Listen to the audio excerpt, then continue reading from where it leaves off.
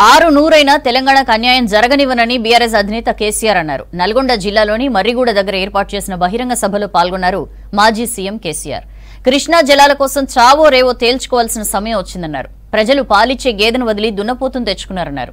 మేడిగడ్డలో 2-3 పిల్లర్లే కుంగినాయి, Kadem project గేట్లు కోల్లేదా అని ప్రశ్నించారు. రాష్ట్రంలో డబుల్ స్పీడ్తో మళ్లీ అధికారంలోకి వస్తామని బీఆర్ఎస్ నాయకులను ఉత్తేజపరిచారు.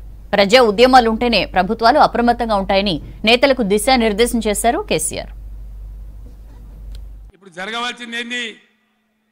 ఏ గవర్నమెంట్ ఉన్నా, మా గవర్నమెంటే ఉండినా గవర్నమెంట్ ఏం చేయాలి? ట్రిబ్యునల్ ముందర పోయి గట్టిగా వాదించి చరిత్ర మొత్తం చెప్పి, మన అవసరాలు చెప్పి, మన కరువు చెప్పి, మన బాధలు చెప్పి, ఇగో మా వాటా ఇంత రావాలి అని కొట్లాడాలి. అది మొగోడు చేయాల్సిన పని, ప్రజల మీద ప్రేమ ఉన్నోడు చేయాల్సిన పని. ఇంత సోయి తప్పి మాట్లాడతారు మంత్రులు. గవర్నమెంట్ వస్తే ఏం చేయాలా? పోయినరు భద్రపల్లెక సంతకం పెట్టినరు, దాని మెమోరాండం దొరికింది. నీళ్ల మంత్రిగా పనిచేసిండు కాబట్టి, అనుభవం ఉంది కాబట్టి, నష్టం ఎంత వస్తుందో తెలుసు కాబట్టి వెంటనే హరీష్ రావు గర్జించిండు. 4-5 రోజులు నాటకాలు ఆడిండు, అబద్ధాలు మాట్లాడిండు. చెలో నల్గొండ ఇయ్యంగానే పిక్క సచ్చుడు. ఇజ్జతమానం పోతుంది రాబాయి కేసీఆర్ బొబ్బ పెడితే ఏం చేస్తామంటే ఏం చేస్తామని చేతులు విసుకొని కాళ్ళు విసుకొని అర్జెంటుగా బడ్జెట్ పక్కకు పెట్టి శాసనసభలో తీర్మానం పెట్టిండ్రు.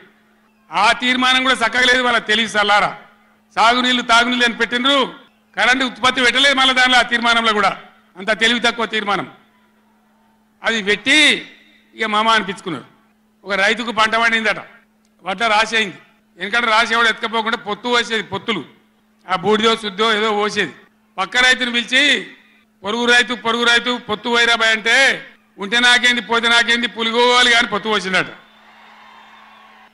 పొద్దున్న లేస్తే సొల్లుపోయాను కేసీఆర్ని తిట్టాలి. కేసీఆర్ని తిడితే మీరు పెద్దోళ్ళు అవుతారా? లేనిపోని బదనాములు పెట్టి కేసీఆర్ మీద బదనాం పెడితే మీరు పెద్దోళ్ళు అవుతారా? ఎంత దుర్మార్గమైన పద్ధతిలో మాట్లాడుతున్నారు.